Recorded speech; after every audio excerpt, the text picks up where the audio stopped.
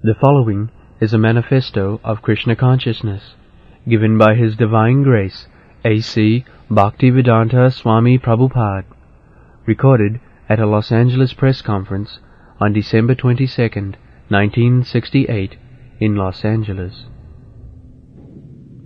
Manifesto of Krishna Consciousness. The International Society for Krishna Consciousness is a movement aiming at the spiritual reorientation of mankind through the simple process of chanting the holy names of God. The human life is meant for ending the miseries of material existence. Our present day society is trying to do so by material progress. However, it is visible to all that in spite of the extensive material progress, the human society is not in peaceful condition. The reason is that a human being is essentially a spirit soul.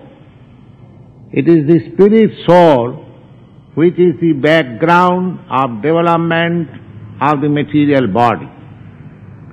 However, the materialist scientist may deny the spiritual existence in the background of the living force. There is no better understanding than accepting the spirit soul within the body. The body is changing from one form to another, but the spirit soul is existing eternally. This fact we can experience even in our own life. Since the beginning of our material body in the womb of our mother, the body is transforming from one shape to another in every second and in every minute. This process is generally known as growth, but actually it is change of body. On this earth planet, we see change of day and night and of season.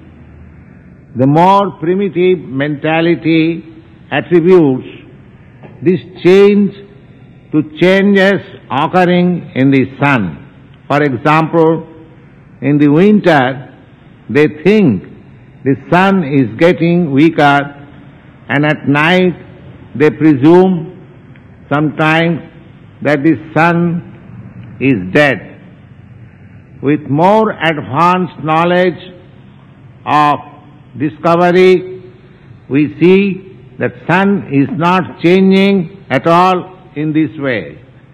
Seasonal and diurnal changes are attributed to the change of the position of the earth planet. Similarly, we experience bodily changes from embryo to child to youth to maturity to old age and to death. The less intelligent mentality presumes that at the death the spirit soul existence is forever finished. Just like primitive tribes who believe that the sun dies at sunset, actually the sun is rising in another part of the world. Similarly, the soul is accepting another type of body. When the body gets old, like the old garment, and is no longer usable, then the soul accepts another body, just like we accept a new suit of clothes.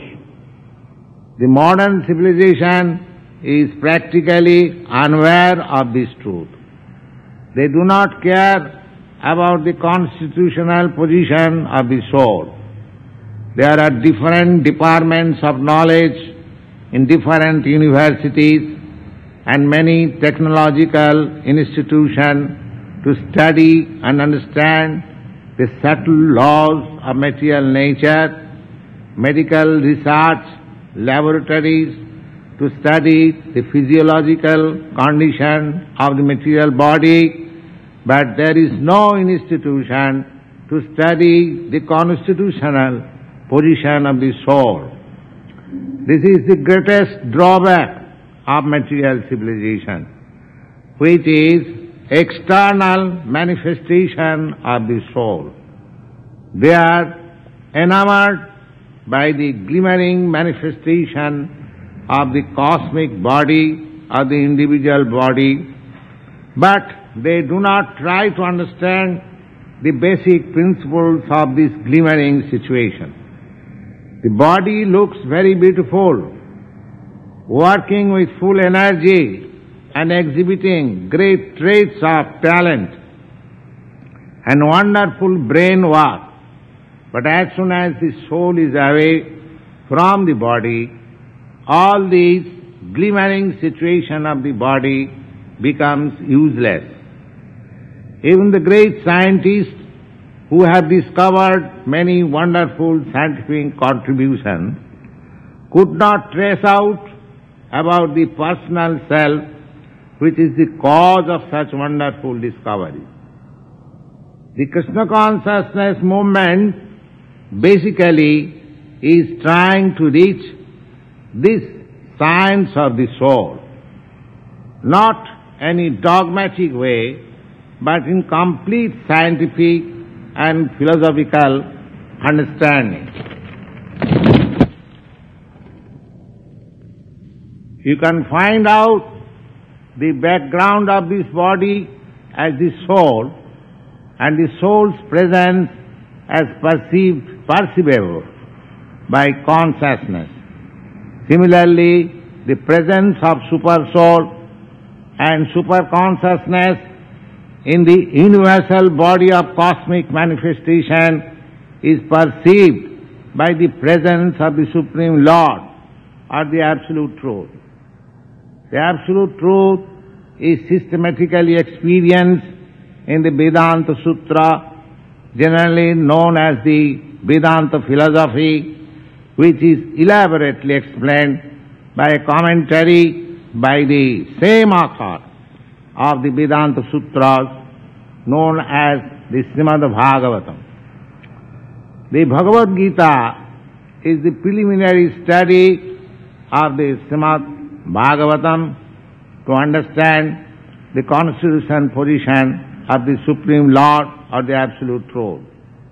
The Absolute Truth is realized in three phases of understanding, namely as Brahman or the impersonal universal soul,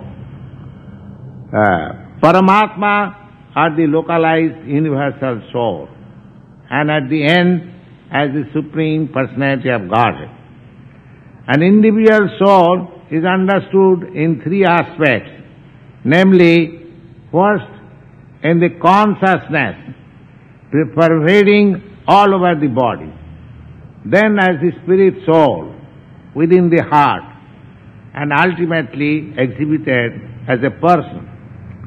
Similarly, the Absolute Truth is first realized as impersonal Brahman, then as localized super soul Paramatma, and at the end as the Supreme Personality of Godhead, Krishna. Krishna means all-inclusive, or in other words, Krishna is simultaneously Brahman, Paramatma, and the Personality of Godhead. As such, as every one of us is simultaneously consciousness, soul and person, this individual person and the Supreme Lord person are qualitatively one, but quantitatively different. Just like the drop of seawater and the vast mass of seawater. Both are qualitatively one. The chemical composition of the drop of seawater and that of the mass of seawater are one and the same. But the quantity of salt and other minerals in the whole sea is many, many times greater than the quantity of salt and other minerals contained in the drop of seawater.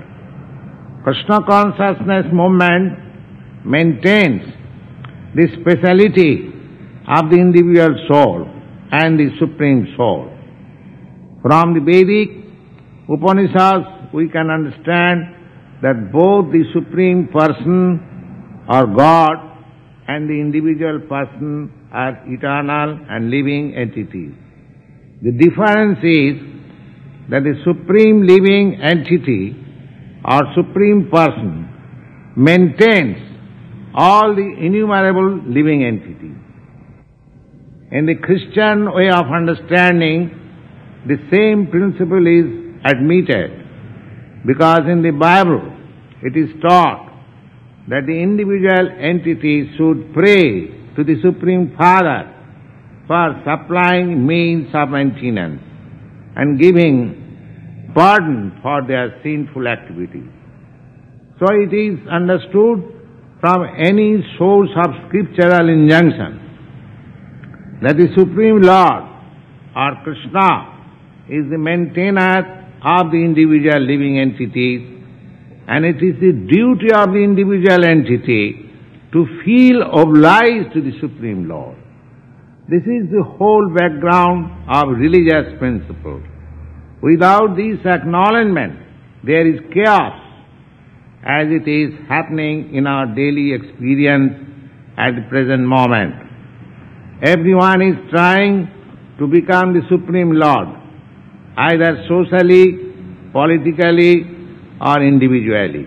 Therefore, there is competition for this false lordship, and there is chaos all over the world, individually, nationally, socially, or collectively. Krishna consciousness movement is trying to establish the supremacy of the absolute personality of Godhead. The human society is meant for this understanding, because this consciousness makes his life successful. This Krishna consciousness movement is not a new introduction of the mental speculators. Actually, this movement was started by Krishna himself in the battlefield of Kurukshetra at least 5,000 years ago. The movement was presented by Krishna in the Bhagavad Gita.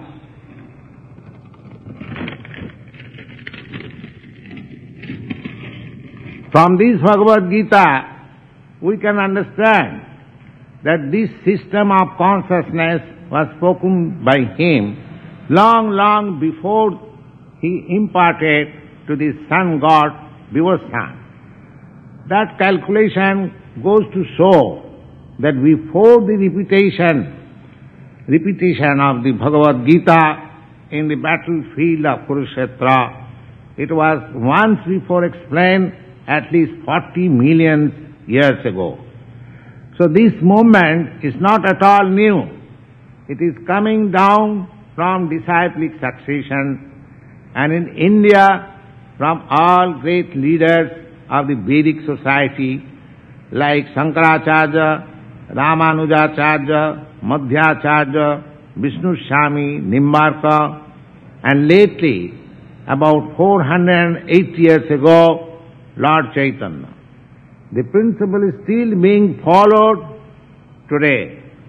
This Bhagavad Gita is also very widely perused in all parts of the world by great scholars, philosophers, and religionists. But in most cases, the principle is not followed as it is. Krishna consciousness movement means to present the principles of the Bhagavad Gita as it is, without any misinterpretation. In the Bhagavad Gita, we can understand 5 main principles, namely God, the living entity, the material or the spiritual nature, time, and activities. Out of these 5 items, God, the living entities, nature, material or spiritual, and time are eternal. But activities are not eternal. The activities in the material nature are different from the activities in the spiritual nature. In the material nature, although the spirit soul is eternal, as we have explained before, the activities are temporary. Krishna consciousness movement is aiming to place the spirit soul in its eternal activities. The eternal activities can be practiced even when we are materially engaged. It requires simply direction, but it is possible under the prescribed rules and regulations to act spiritually. The Krishna consciousness movement teaches these spiritual activities, and if one is trained up in such spiritual activities, one is transferred to the spiritual world, of which we get ample evidence from Vedic literatures and also from the Bhagavad Gita. And the spiritually trained person can be transferred to the spiritual world easily by change of consciousness. The consciousness is always there because it is the symptom of the living spirit soul. But at the present moment, the consciousness is materially contaminated. Just like water pouring down from the cloud is pure distilled water. But as soon as the water comes in touch with the earth, it becomes muddy immediately. Again, by filtering the same water, the original clearness can be regained. Similarly, Krishna consciousness movement is the process of clearing the consciousness. And as soon as the consciousness clear and pure is transferred to the spiritual world for eternal life of knowledge and bliss, which we are hankering for in this material world and being frustrated in every step on account of material contamination.